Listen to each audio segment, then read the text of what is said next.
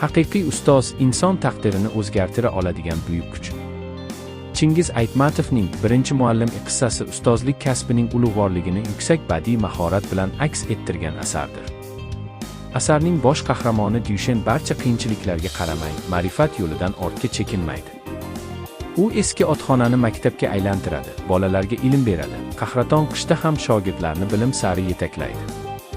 Uning har bir sa'y-harakati kelajakka bo'lgan ishonch va insonparvarlikning yorqin timsolidir. Ayniqsa yetim qiz Oltinoyning taqdiri Dyushenning fidoyiligi tufayli butunlay o'zgaradi. Bu esa birgina ustozning butun bir inson hayotini o'zgartirishga qodir ekanini yaqqol namoyon etadi. Qissadagi ikki tup terak va ilk maktab esa ilm-ma'rifatning jaholat ustidan qozongan mangu g'alabasi ramzidir. Birinchi muallim ustozlarga cheksiz hurmat, ilmning qudrati va ezgulikning g'alabasi haqida hikoya qiluvchi unutilmas asar. Agar sizni ilhomlantiradigan, hayotga boshqacha nigoh bilan qarashga undaydigan kitob izlayotgan bo'lsangiz, Chingiz Aytmatovning Birinchi muallim asarini albatta mutolaa qiling. Baxmal tuman axborot kutubxona markazi sizni mutolaaga chorlaydi.